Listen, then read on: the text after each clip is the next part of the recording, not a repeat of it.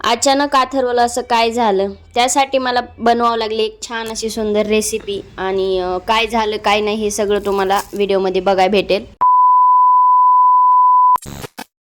तर नमस्कार सगळ्यांना, स्वागत आहे परत एकदा माझ्या यूट्यूब चॅनलवर तुमचं सगळ्यांचं. तर सकाळ सकाळचा म्हणजे सकाळी अथर्व स्कूलला जायच्या वेळेचा हा ब्लॉग आहे माझा. म्हणजे तेव्हा व्हिडिओ शूट केलेला आहे. आणि जे तुम्ही फर्स्ट बघितलं होतं की अथर्वच्या दातांना वगैरे काय म्हणजे तोंडाला वगैरे काय झालेलं आहे, ते मी पूर्ण तुम्हाला व्हिडिओमध्ये सांगणारच आहे. तर सकाळी सकाळी म्हटलं तर इथं म्हणजे गाड्यांचा आवाज वगैरे खूप येतो आणि त्यासाठी म्हणून मी फक्त परत वॉइस टाकलेला आहे किंवा आधी मी बोलली नव्हती. तर इथं मी जी वडे बनवायला लागली, तुम्ही सुरुवातीला पाहिलंच असेल. तर हे वडे कशाचे काय, मी अगोदर ह्याची सगळी तयारी केली होती. आणि हे फक्त 10 ते 5 मिनिटात एकदम असे खुसखुशीत उडीद वडे जसे असतात तसे वडे तयार होतात. तर असं काही नाही आहे, हा रेसिपी वगैरे नाही आहे, पण तरी पण मी सांगणारच आहे. हा एक माझा डेली रुटीनचा ब्लॉगच आहे. तर इथं होता घेतलेला रवा. आणि रवा जसं की आपण शिरा करतो, फक्त मीठ वगैरे टाकून आणि नॉर्मली आपल्याला काही जर टाकायचं असेल तर टाकून उकडून घ्यायचा.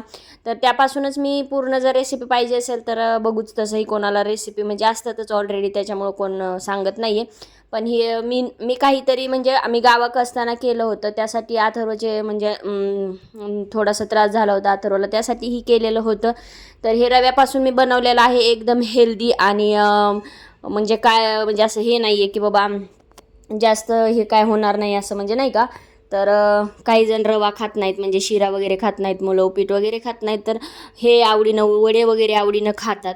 तर त्यासाठी मी इकडे चटणीसुद्धा नवीन पद्धतीनंच केलेली आहे. म्हणजे जी नारळाची चटणी करतो ती वेगळीच केलेली आहे. म्हणजे मी माझ्या मनानेच केलेली आहे. म्हणजे असं काहीतरी वेगळं करावं किंवा चटपटीत करावं असं माझं मन होतं, म्हणून मी वेगळी केली. जे की नारळ सगळं होतं ना, जे नारळ वाळलेली मिरची वगैरे भाजून घेतली होती, अगोदर परतून घेतली होती तेलामध्ये, आणि नंतर मग मी त्याला फोडणी दिली होती, ती तुम्ही बघू शकता. तर इकडे माझ्या साईडला वडेसुद्धा म्हणजे उकळून निघत आहेत. तर वडे साईडला तळतच आहेत. आणि थोडंसं म्हणजे तब्येत बरोबर नसल्यामुळं कालच्याही ब्लॉगमध्ये मी सांगितलेलं आहे, त्यामुळं थोडासा दम भरत आहे, म्हणजे नाही का, त्यामुळं जरा बोलता पण येत नाही. आणि कालच्या ब्लॉगमध्ये तर थोडंसं मिस्टेक झालंच होतं, शेवटी काय काय बोलावं काही समजतही नव्हतं. तर बऱ्यापैकी इकडे चटणी तयार झालेली आहे आणि आपले वडेसुद्धा तयार झालेले आहेत. तर असे छान आणि सुंदर, जे की उडीद वड्यालासुद्धा मागे टाकतील असे हे वडे तयार होतात आणि खूप छान आणि खूप टेस्टी होतात. हां, पण उडीद वड्यामध्ये जेवढं तेल ऑइल राहतं त्याच्यापेक्षा थोडंसं कमीच राहतं, पण राहतं. म्हणजे प्रत्येक आता तळलेला पदार्थ आहे म्हटल्यावर थोडंफार तेल राहतंच. पण उडीद वड्यामध्ये खूप जास्त राहतं आणि ह्या वड्यांमध्ये एकदम कमी राहतं. आणि हे फक्त रव्यापासून बनलेलं आहे, त्याच्यामुळं खायला टेस्टी तर आहेच. आणि तरी तर मी चटणी बनवून घेतली, त्याच्यामुळे थोडंसं आंबटपणा येण्यासाठी लिंबू टाकलेलं आहे.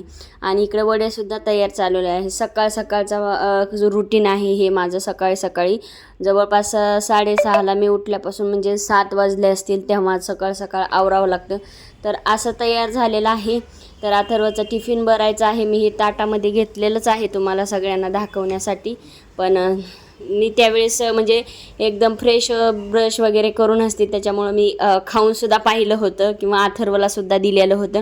तर अशी चटणी पण एकदम टेस्टी झाली, ती नवीन पद्धतीने केली होती.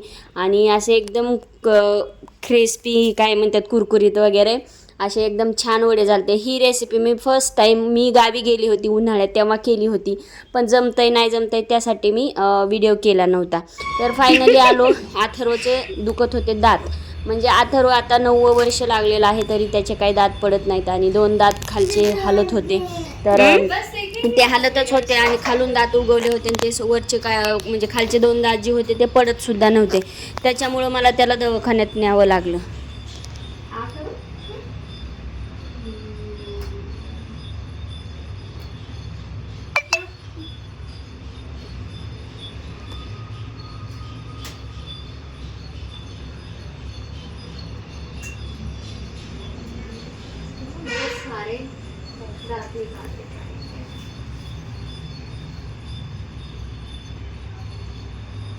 नीचे वाले